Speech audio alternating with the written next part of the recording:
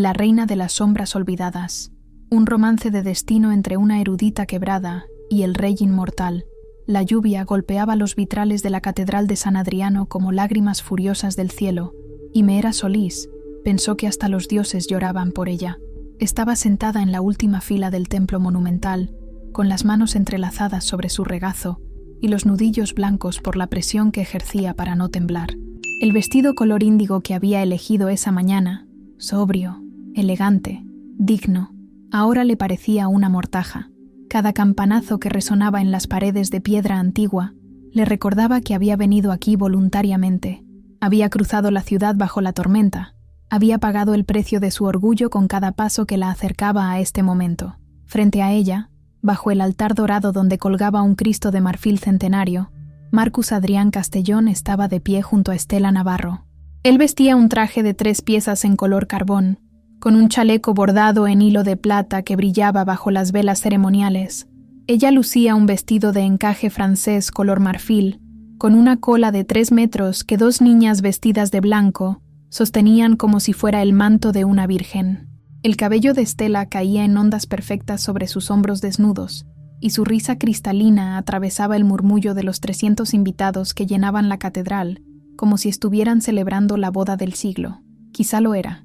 Marcus era el hijo menor de la familia Castellón, una de las dinastías más antiguas del país, dueños de viñedos que se extendían por 3 provincias y una fortuna que se remontaba a la época colonial. Estela era la heredera de los Navarro, magnates textiles cuyas fábricas vestían a medio continente. Juntos formaban una alianza perfecta: belleza, dinero, poder, un cuento de hadas moderno. Y Mira era la tonta que había creído, durante 8 meses, que Marcus podría amar a una simple erudita. «Pobre Mera», susurró una voz femenina 3 filas más adelante. Mira no necesitaba voltear para saber quién hablaba.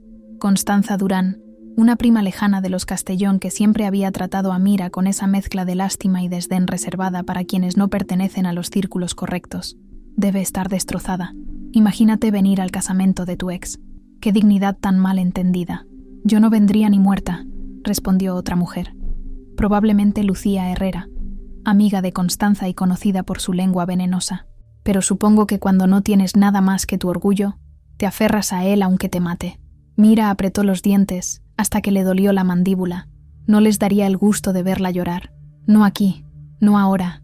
Había pasado 3 noches sin dormir preparándose mentalmente para este momento, repitiéndose como un mantra que era lo suficientemente fuerte para soportarlo, que su dolor no definiría su dignidad.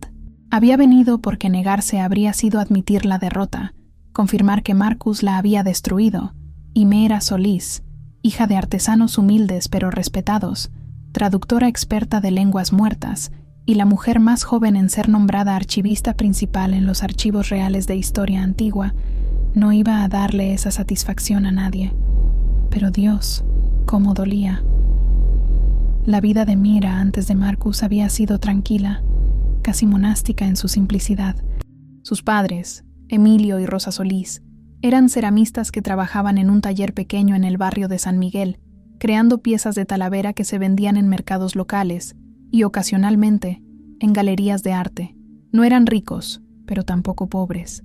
Habían criado a Mira con amor, libros y la certeza de que la educación era la única herencia verdadera. Desde niña, Mira había mostrado un talento extraño y maravilloso para los idiomas. A los 7 años leía latín, a los 10, griego clásico. A los 15, había descifrado un manuscrito en arameo que los académicos de la Universidad Nacional llevaban décadas intentando traducir. A los 22 años, los archivos reales la contrataron. A los 24, era la archivista principal. Su trabajo consistía en traducir, preservar y catalogar documentos antiguos, tratados perdidos, correspondencias reales, textos religiosos olvidados. Era un trabajo solitario, pero Mira lo amaba, le daba propósito, le daba paz. Y entonces Marcus entró en su vida como una tormenta de verano, inesperada, arrebatadora, devastadora. Lo conoció en una gala benéfica organizada por el Museo de Historia, un evento al que Mira asistió solo porque su jefa insistió en que necesitaba salir más del archivo. Marcus estaba parado junto a una escultura de mármol, bebiendo champán y riendo con un grupo de hombres en trajes caros. Cuando sus ojos se encontraron, los de él color miel, los de ella gris oscuro. Algo cambió en su expresión. Se disculpó con sus amigos y caminó directo hacia ella. «Tú eres Meera Solís», dijo, no como pregunta sino como declaración. La mujer que tradujo el Códice de Santa Clara. Mira parpadeó, sorprendida. «¿Cómo lo sabes? Leo los diarios académicos», respondió con una sonrisa torcida que le iluminó el rostro. «Soy historiador aficionado. Bueno, muy aficionado. Mi familia cree que es una pérdida de tiempo, pero yo creo que el pasado es lo único que le da sentido al presente». Hablaron durante 3 horas. Marcus era encantador, culto, gracioso. Le preguntó sobre su trabajo con un interés genuino que Mira rara vez encontraba fuera de círculos académicos. Le habló de su propia fascinación por las lenguas antiguas, de cómo había pasado un verano en Grecia estudiando inscripciones en Delfos, de su sueño frustrado de ser arqueólogo antes de que su padre lo obligara a estudiar administración de empresas. «Pero tú sí lo lograste», le dijo con admiración. «Hiciste de tu pasión tu vida». Mira sintió algo cálido y peligroso florecer en su pecho. 3 días después, Marcus la invitó a cenar, luego a un concierto, luego a una exposición de arte precolombino. Durante 8 meses, la cortejó con una intensidad que Mira nunca había experimentado. Le enviaba flores al archivo con notas escritas en latín, la llevaba a librerías antiguas y le compraba ediciones raras de textos que ella mencionaba de pasada. La besaba bajo la lluvia como si fueran los protagonistas de una película romántica. «Eres extraordinaria», le susurraba contra el cuello cuando hacían el amor en el pequeño apartamento de Mira, rodeados de libros y papeles. «Eres la mujer más inteligente que he conocido, la más real. No puedo creer que seas mía». Y entonces, 3 semanas antes de este maldito casamiento, Marcus la citó en un café cerca de la universidad. Mira llegó sonriendo, esperando quizá una propuesta de viaje o una sorpresa romántica. En lugar de eso, Marcus tenía los ojos rojos y la mandíbula tensa. «Conocí a alguien», dijo sin preámbulo, como si arrancar la curita de golpe fuera más amable que pelarla lentamente. «No planeé que pasara. No quería lastimarte. Pero Estela, ella es diferente. Es de mi mundo, Mira. Mi familia la adora. Tiene sentido de maneras que tú y yo nunca tuvimos». Mira se quedó helada, incapaz de procesar las palabras. «¿Estela Navarro? ¿Mi Estela?» Porque sí, Estela había sido su amiga. No su mejor amiga. Mira no tenía tiempo para esas cosas, pero sí alguien con quien almorzaba ocasionalmente, alguien que la había invitado a cenas y reuniones, alguien en quien confiaba. Estela sabía de Marcus. Había escuchado a Mira hablar de él con ojos brillantes y sonrisa tonta. «Lo siento», murmuró Marcus, pero su alivio era palpable. «Pensé que era mejor ser honesto, como si la honestidad borrara la traición». Ahora, sentada en la última fila de la catedral, Mira observaba cómo el sacerdote alzaba las manos y proclamaba: «Por el poder que me confiere la Santa Iglesia y el Reino, los declaro marido y mujer». El beso fue largo, apasionado, performativo. Los invitados aplaudieron. Alguien lanzó pétalos de rosa. Estela rió, radiante. Marcus la levantó en brazos como si fuera una pluma, y Mira sintió que algo dentro de ella se rompía definitivamente. Cuando la procesión nupcial comenzó, Marcus y Estela caminando por el pasillo central entre una lluvia de arroz y vítores, Meera mantuvo la cabeza alta y la expresión neutral. No aplaudió, pero tampoco lloró. Solo existió, quieta y silenciosa, como una estatua de sal. Estela pasó junto a ella y por un segundo maldito e interminable, sus ojos se encontraron. Estela sonrió. No fue una sonrisa cruel, sino algo peor, compasiva, condescendiente. La sonrisa de alguien que ha ganado y puede permitirse ser generosa. Mira desvió la mirada.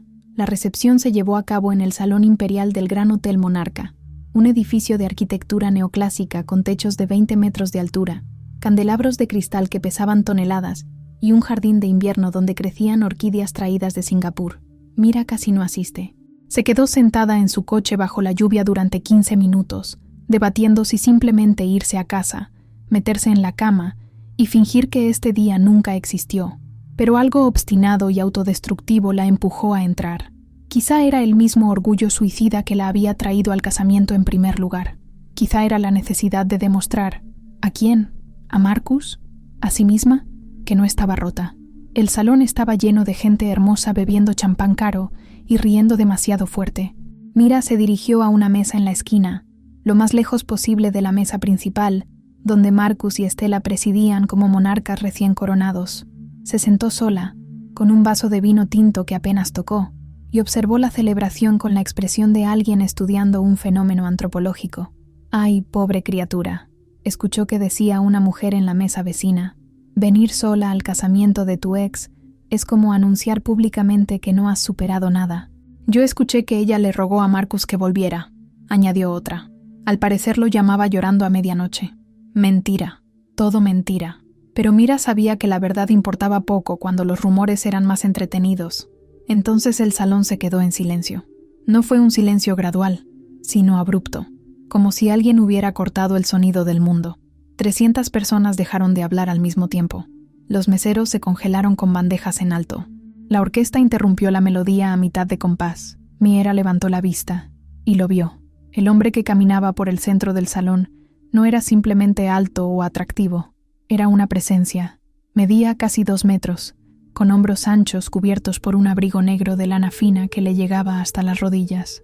Su cabello era negro azabache, cortado con precisión militar, pero lo suficientemente largo para rozar el cuello de su camisa blanca inmaculada. Sus rasgos eran angulosos, casi salvajes, pómulos altos, mandíbula cuadrada, nariz recta, pero fueron sus ojos los que detuvieron el corazón de Mira. Dorados, no color miel ni avellana, sino literalmente dorados, como monedas antiguas bajo la luz del sol. Rey Teren Montiel Asturias. Meera lo reconoció de inmediato, aunque nunca lo había visto en persona. Todos en el reino conocían su rostro. Estaba en monedas, sellos, retratos oficiales, pero las imágenes no le hacían justicia. No capturaban la manera en que el aire mismo parecía vibrar a su alrededor, o cómo su sola presencia hacía que todos los demás hombres en el salón parecieran niños jugando a ser adultos. Teren tenía 450 años, 4 siglos y medio de vida, de guerras, de amores y pérdidas. Era un inmortal de linaje puro, descendiente de la primera sangre, la raza de seres sobrenaturales que habían gobernado estas tierras mucho antes de que los humanos construyeran sus primeras ciudades. Su reinado había comenzado en 1575, cuando tenía apenas 25 años, y su padre murió en batalla contra los invasores del norte. Desde entonces, había sido el pilar inmutable del reino, justo, implacable, solitario. Los rumores sobre él eran infinitos. Algunos decían que había amado a una humana en el siglo XVII, y que cuando ella murió de vejez, él juró nunca volver a amar. Otros afirmaban que su corazón era de piedra, que veía a los humanos como criaturas efímeras indignas de afecto verdadero. Había quienes susurraban que bebía sangre, que se transformaba en bestia durante la luna llena, que sus ojos dorados brillaban en la oscuridad. Lo único que Mira sabía con certeza era que Teren rara vez asistía a eventos sociales. Su presencia aquí, en el casamiento de 2 aristócratas jóvenes, era extraordinaria, y estaba caminando directo hacia ella. No, eso era imposible. Debía estar dirigiéndose hacia la mesa principal, hacia Marcus y Estela, para felicitarlos como correspondía. Mira desvió la mirada, sintiendo que su corazón latía demasiado rápido, pero entonces una sombra cayó sobre su mesa. ¿Está ocupado este asiento? La voz era profunda, resonante, con un ligero acento que Mira no pudo identificar. Levantó la vista lentamente, casi con miedo de confirmar lo que sus oídos le decían. Teren Asturias estaba parado frente a ella, con una mano apoyada en el respaldo de la silla vacía a su lado. Todos en el salón los observaban. Mira sintió 300 pares de ojos clavados en su espalda. No, Su Majestad, tartamudeó, odiándose por sonar tan débil. No está ocupado. Teren sonrió, una sonrisa pequeña, casi imperceptible, y se sentó con una gracia que no debería ser posible en un hombre de su tamaño. Cruzó una pierna sobre la otra y le hizo una seña a un mesero, que apareció instantáneamente con una copa de vino. Mira Solís, dijo Teren, probando su nombre como si fuera algo delicioso. La mujer que habla con los muertos. Mira parpadeó. ¿Perdón? Las lenguas antiguas, explicó Teren, girando su copa entre los dedos. Tú les devuelves la voz, los manuscritos olvidados, las palabras que nadie más puede leer. Yo diría que eso es hablar con los muertos, ¿no crees? Ella no sabía qué decir. No sabía por qué el rey inmortal conocía su nombre, mucho menos su trabajo. Yo solo traduzco. Su Majestad, solo, repitió Teren con ironía. El mes pasado tradujiste un tratado de paz del siglo XII que había desconcertado a los eruditos durante 100 años. Descubriste que la guerra entre el Reino del Norte y el Reino del Sur fue causada por un malentendido lingüístico, una sola palabra mal traducida, alianza confundida con rendición. 50.000 hombres murieron por un error de traducción. Meera sintió que se sonrojaba. «¿Leíste mi informe?» «Leo todos los informes de los archivos reales», dijo Teren con simplicidad. «La historia es lo único que permanece cuando todo lo demás se desvanece». Sus ojos dorados se fijaron en los de ella con una intensidad que hizo que Mira sintiera que la estaban leyendo como uno de sus manuscritos. «Y tú tienes un don extraordinario para escuchar lo que la historia intenta decirnos». Antes de que Mira pudiera responder, una figura apareció junto a la mesa. Marcus, con el rostro enrojecido y una sonrisa tensa. «Su Majestad», dijo con una reverencia rápida. «Qué honor que nos acompañe. Stella y yo estamos profundamente agradecidos por su presencia». Teren lo miró con una expresión neutra que de alguna manera transmitía completo desinterés. «Felicidades por tu matrimonio». Marcus esperó, claramente anticipando que Teren se levantara y fuera a saludar a la mesa principal. Pero el rey no se movió. Solo tomó un sorbo de su vino y volvió su atención a Mera. «Estaba preguntándole a la señorita Solís sobre su trabajo», dijo Teren con tono casual. «Espero que no te importe que le robe algo de tiempo a tu celebración». No fue una pregunta. Fue una declaración. Marcus abrió la boca, la cerró, y finalmente asintió con rigidez antes de alejarse. Mira soltó un aliento que no sabía que estaba conteniendo. «No tenías que hacer eso». «¿Hacer qué?» «Protegerme», murmuró ella, mirando su copa. «Sé que todos piensan que soy patética por venir aquí. La ex despechada que no puede soltar el pasado. No necesito que el rey me defienda por lástima». Teren dejó su copa sobre la mesa con un golpe suave. «Lástima», repitió. Y había algo peligroso en su voz. «¿Crees que siento lástima por ti?» Mira lo miró, confundida. «Vine aquí esta noche porque sabía que estarías sola», dijo Teren, y cada palabra sonaba como un juramento.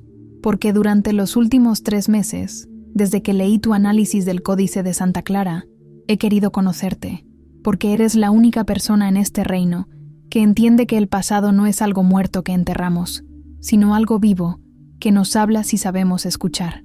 Se inclinó hacia adelante, y Mira pudo oler su aroma, cedro, lluvia, algo antiguo y salvaje. «No estoy aquí por lástima, Mira Solís. Estoy aquí porque decidí que ya era tiempo de conocer a la mujer más interesante de mi reino». El corazón de Mira latía tan fuerte que estaba segura de que él podía escucharlo. «Yo no soy interesante. Soy solo una archivista. Y yo soy solo un rey», respondió Teren con una sonrisa irónica. «Pero ambos sabemos que los títulos significan muy poco comparados con lo que realmente somos». Pasaron las siguientes 2 horas hablando. No hablando, conversando, debatiendo, riendo. Teren le hizo preguntas sobre su trabajo que nadie más le había hecho jamás. Preguntas que demostraban que realmente había leído sus informes y que entendía las complejidades de la traducción histórica.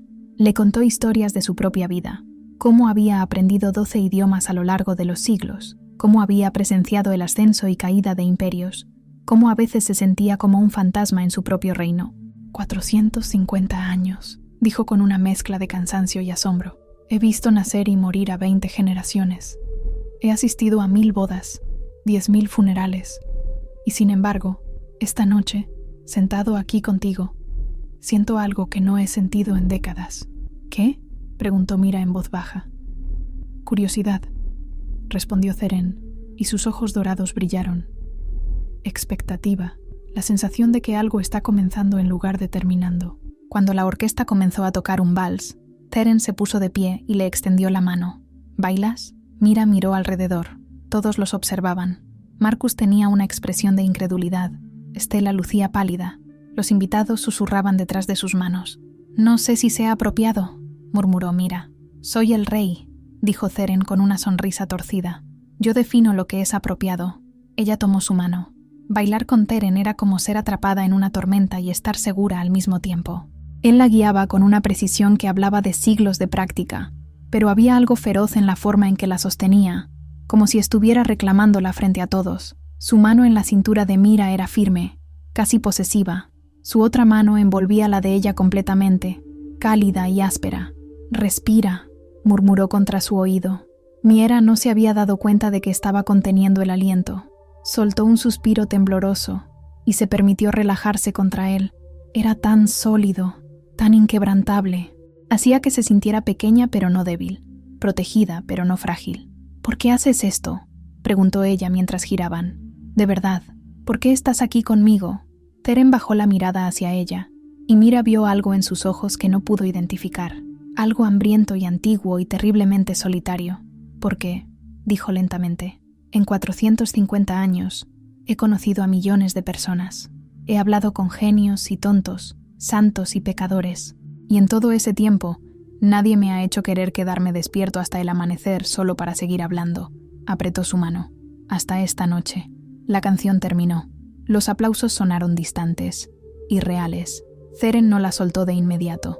Se quedaron parados en medio de la pista de baile, mirándose, mientras el resto del mundo desaparecía. Entonces Marcus apareció nuevamente, esta vez con Estela a su lado. Su rostro estaba rojo de ira mal contenida. «Mira», dijo con voz tensa, «necesito hablar contigo. En privado». Teren se interpuso entre ellos antes de que Mira pudiera responder. No fue un movimiento agresivo, pero había algo definitivo en la forma en que bloqueó el camino de Marcus. «La señorita Solís está ocupada», dijo Teren con tono cortés que no admitía discusión. Marcus lo miró con incredulidad. «Con todo respeto, Su Majestad, esto es un asunto personal entre Meera y yo». «Ya no hay asuntos personales entre ustedes», respondió Teren, y ahora su voz era fría como el acero. «Tú elegiste a otra mujer, firmaste un contrato matrimonial. Lo que sea que tuviste con la señorita Solís terminó el momento en que dijiste, sí, acepto frente a un altar».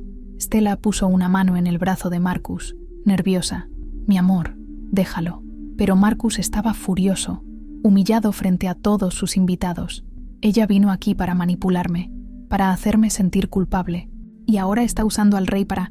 «Cuidado», interrumpió Teren, y su voz se volvió peligrosa. «Piensa muy bien tus próximas palabras». El aire en el salón se volvió denso, eléctrico. Los ojos de Teren brillaron con un resplandor dorado que no era completamente humano.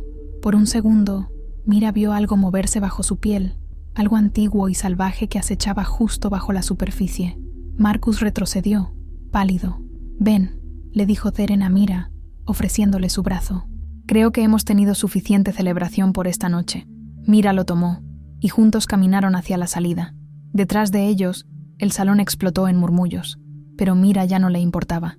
Por primera vez en 3 semanas, sintió que podía respirar. Afuera, la lluvia había cesado. El cielo nocturno estaba despejado, lleno de estrellas. Teren la guió hasta los jardines del hotel, donde las orquídeas perfumaban el aire con un aroma dulce y embriagador. «Lo siento», dijo Mira finalmente. «No quería causar una escena». «No te disculpes», respondió Teren. «Él es un idiota, y los idiotas siempre causan sus propias escenas». Ella rió a pesar de sí misma. Era una risa quebrada, mitad alivio y mitad histeria. Teren la observó con expresión suave. «Él no te merecía», dijo con simplicidad, «y sospecho que tú siempre lo supiste». Mira tragó saliva, sintiendo que las lágrimas amenazaban con desbordarse. «Entonces, ¿por qué dolió tanto?» «Porque el amor no es racional», respondió Teren, «y porque cuando alguien elige a otra persona sobre ti, sientes que hay algo malo contigo. Pero no hay nada malo contigo, Mira. Él eligió el camino fácil, la mujer que su familia aprobaría, la alianza que tenía sentido en papel. Pero el amor real no se encuentra en los contratos matrimoniales ni en las alianzas políticas». Se giró hacia ella, y la luz de la luna hacía que sus ojos dorados brillaran como metal fundido. Se encuentra en las 3 de la mañana cuando estás traduciendo un manuscrito y descubres algo extraordinario, y lo único que quieres es compartirlo con alguien. Se encuentra en las conversaciones que te hacen olvidar el tiempo. Se encuentra en mirar a alguien y pensar, quiero conocer cada rincón de tu mente. Mira sintió que su corazón se detenía. «¿Por qué me dices todo esto?» «Porque quiero verte de nuevo», dijo Teren sin rodeos. «No como una farsa social, ni como una declaración política. Quiero conocerte. Cenemos juntos. Háblame de tus manuscritos. Déjame mostrarte mi biblioteca privada, que tiene textos que ni siquiera los archivos reales conocen». Dio un paso más cerca, y Mira pudo sentir el calor que emanaba de su cuerpo. «Dame una oportunidad de demostrarte que no todos los hombres son cobardes que eligen lo fácil sobre lo extraordinario». Mira debería haber dicho que no. Debería haber recordado que este hombre era el rey, que tenía 450 años, que probablemente había seducido a 1000 mujeres a lo largo de los siglos. Debería haber protegido su corazón ya magullado, pero cuando lo miró a los ojos y vio algo real y hambriento y profundamente solitario reflejado en ellos, solo pudo decir, sí. La sonrisa de Teren fue como el amanecer después de una noche interminable. Mañana, dijo, te enviaré un coche al anochecer. Y entonces, porque era un rey y los reyes hacían cosas imposibles, tomó la mano de Meera y la besó. Fue un beso cortés, antiguo, sus labios apenas rozando sus nudillos, pero Mira sintió ese toque como una marca de fuego. Cuando Teren se alejó en su carruaje real, tirado por caballos negros que parecían hechos de sombra, Mira se quedó parada en los jardines, tocando sus nudillos donde sus labios habían estado, preguntándose si había soñado todo esto. Pero al día siguiente, cuando un mensajero real apareció en la puerta de su apartamento con una carta sellada con el escudo de los Asturias, supo que había sido real. Señorita Solís, sería un honor si me acompañaras a cenar esta noche en el Palacio Real. Tengo una primera edición del Codex Serafinianus que creo que encontrarás fascinante. Y también tengo preguntas sobre tu interpretación del Tratado de Valdés que me gustaría discutir. Si aceptas, mi coche te recogerá a las 8. Tuyo en anticipación, Teren Meera releyó la carta 5 veces, con el corazón latiendo como un tambor de guerra.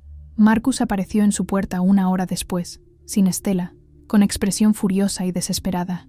¿Qué estás haciendo?, exigió saber. ¿Crees que Teren realmente se interesa en ti? Es un juego, Mira. Él está usando tu inocencia para entretenerse. Los inmortales no aman a los humanos, solo juegan con ellos. Mira lo miró con una calma fría que no sabía que poseía. Y tú lo sabrías todo sobre jugar con la gente, ¿verdad, Marcus? Él palideció. Mira, lo que pasó entre nosotros. Terminó, interrumpió ella. Terminó el momento en que elegiste a Estela. Así que no tienes derecho a decirme con quién puedo o no puedo pasar mi tiempo. No tienes derecho a advertirme sobre nada. Te va a destrozar, insistió Marcus. Y por un momento, pareció genuinamente preocupado. Es un inmortal, Mira. Has leído las historias.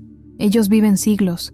Nosotros somos solo parpadeos para ellos, distracciones temporales. Cuando se canse de ti, entonces me cansaré con dignidad, respondió Mira. Pero al menos habré vivido algo real en lugar de conformarme con algo seguro. Cerró la puerta en su cara. Esa noche, a las 8 en punto, un carruaje negro apareció frente a su edificio.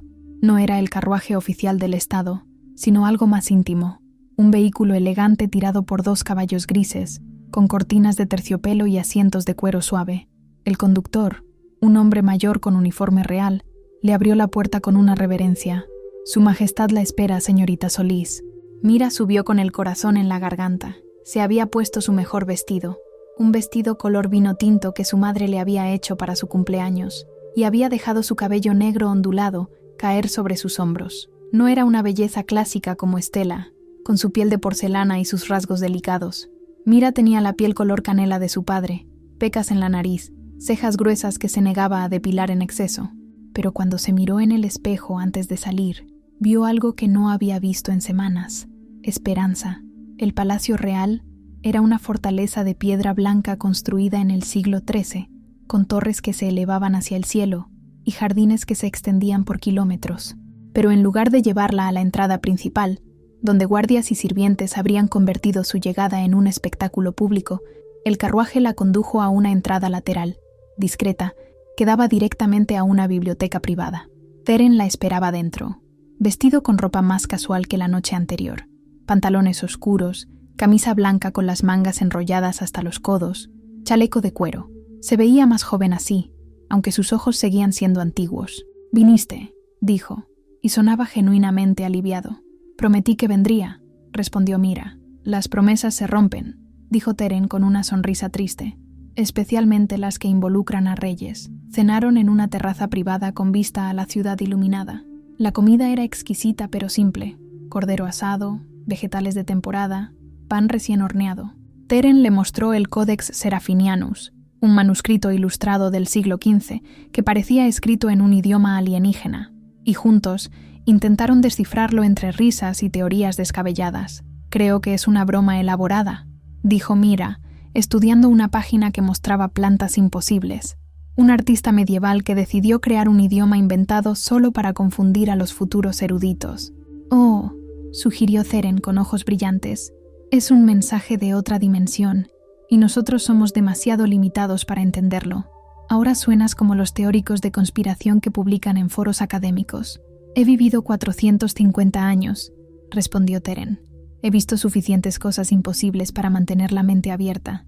Hablaron hasta que la luna alcanzó su cenit. Theren le contó sobre su soledad, sobre cómo cada generación de consejeros y amigos eventualmente moría y él se quedaba atrás, inmutable mientras el mundo cambiaba.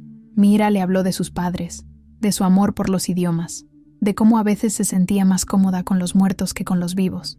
«No es tan diferente para mí», admitió Theren. «Cuando todos los que conoces están destinados a morir, empiezas a sentirte como un fantasma, incluso mientras vives. ¿Nunca has...» Mira dudó. «¿Nunca has amado a alguien lo suficiente como para superar eso?» La expresión de Theren se oscureció. «Una vez, hace 200 años, se llamaba Isabel. Era humana, como tú. Brillante, valiente, imposible de ignorar. Tomó un sorbo de su vino. La amé durante 20 años. La vi envejecer mientras yo permanecía igual. La vi volverse gris, frágil, olvidadiza. Y cuando murió en mis brazos a los 65 años, juré que nunca volvería a someterme a ese dolor. Pero aquí estás», susurró Mira.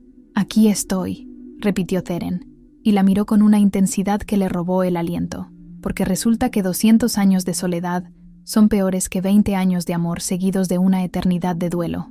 Se inclinó hacia adelante, y Mira pensó que la besaría, pero en lugar de eso, tomó su mano y la sostuvo entre las suyas. «No sé qué es esto», dijo con voz ronca. «No sé si es destino o locura, o simplemente dos almas solitarias que se reconocen, pero quiero descubrirlo, contigo, si tú quieres». Mira debería haber tenido miedo.